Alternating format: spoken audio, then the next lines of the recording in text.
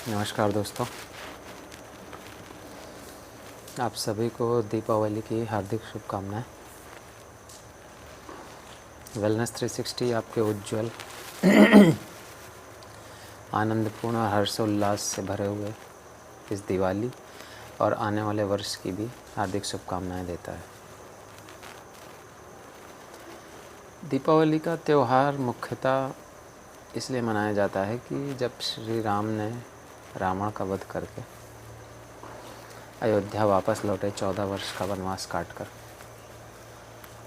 तो अयोध्या वासियों ने उनका स्वागत किया दिए जलाकर, दीप जलाकर, खुशी मनाकर, हर्षोल्लास के साथ।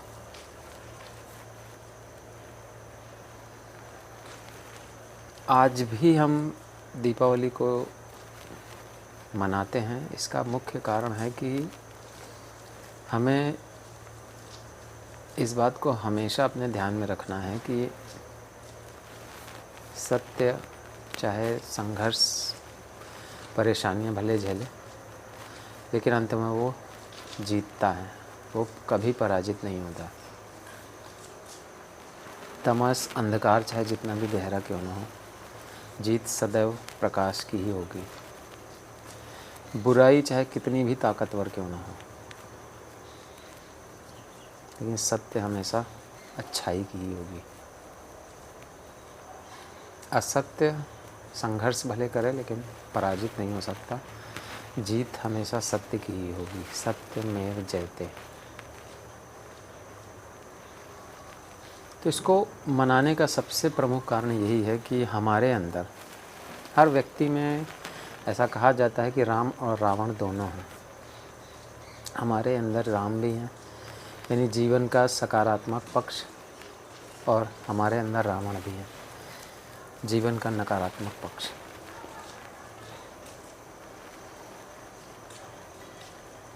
एक व्यक्ति में मूलतः 7 तरह की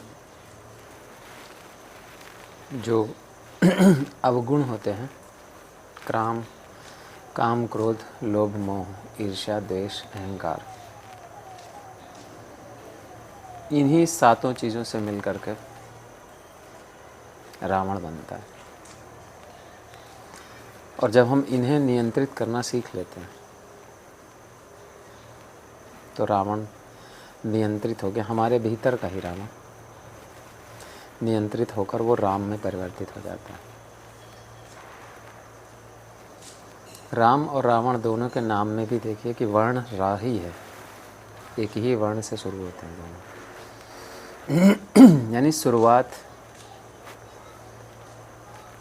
किसी भी व्यक्ति के व्यक्तित्व की वो एक ही तरह से हो सकती है, लेकिन बाद में वो रावण में भी तब्दील हो सकता है और राम भी बन सकता है। दूसरों के जीवन में अंधकार भी ला सकता है, दूसरों के जीवन में अत्याचार भी कर सकता है, और वही आदमी सद्गुणों को अगर अपना ले तो वो राम भी बन सकता है, वो अच्छाइयाँ भी कर सकता है, प्रकाश भी ला सकता है दूसरों के जीवन में। तो दीपावली का जो त्यौहार है वो हमें यही संदेश देता है कि हम अपने अंदर राम को विकसित करें, मर्यादा को विकसित करें, डिसिप्लिन, अनुशासन को विकसित करें, अपने अंदर अच्छाइयों को, सद्गुणों को ज़्यादा अहमियत दें, तो हम राम की दिशा में अग्रसर हो पाएंगे। अन्यथा रावण बनना बहुत आसान है। बुराई को अपने अंदर अपनाना इतना आसान है जिसका कोई हिसाब ही नहीं है। इसीलिए हर साल मनाया जाता है। कुछ लोग ऐसा मानते भी हैं कि रावण कभी नहीं मरता, इसलिए हर साल उसको पुतलों के रूप में हम जलाते हैं दशहरे में। ये याद दिलाता है कि रावण सदैव जीवित है। रावण को परास्त किया जा सकता है सिर्फ़ और सिर्फ राम बन के। सद्गुण को अपना कर ही हम अपने अवगुणों को परास्त कर सकते हैं, और यही संदेश दिवाली देती है। एक और भी कारण है दिवाली को मनाने का, वो है कि माता लक्ष्मी जो है जब समुद्र मंथन हुआ था तो आज ही के दिन यानी दिवाली के दिन ही वो प्रकट हुई थी समुद्र मंथन में। तो इसलिए भी ये त्यौहार माँ लक्ष्मी की पूजा के साथ मनाया जाता है। उससे पहले धनतेरस में यानी कि कुबेर की धन की पूजा होती है। छोटी दिवाली मनाई जाती है। कहते हैं कि श्री कृष्ण जी ने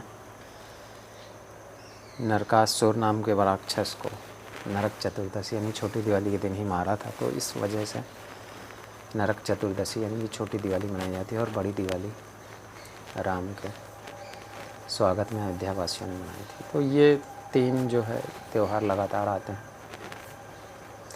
ये उनका सामरिक और ऐतिहासिक महत्व है। तो मेरी ओर से आप लोगों को दिवाली की हार्दिक शुभकामनाएं हैं। सुंदर और सेफ दिवाली मनाइए, सुरक्षित रहिए, परिवारीजनों का ध्यान रखिए। धन्यवाद।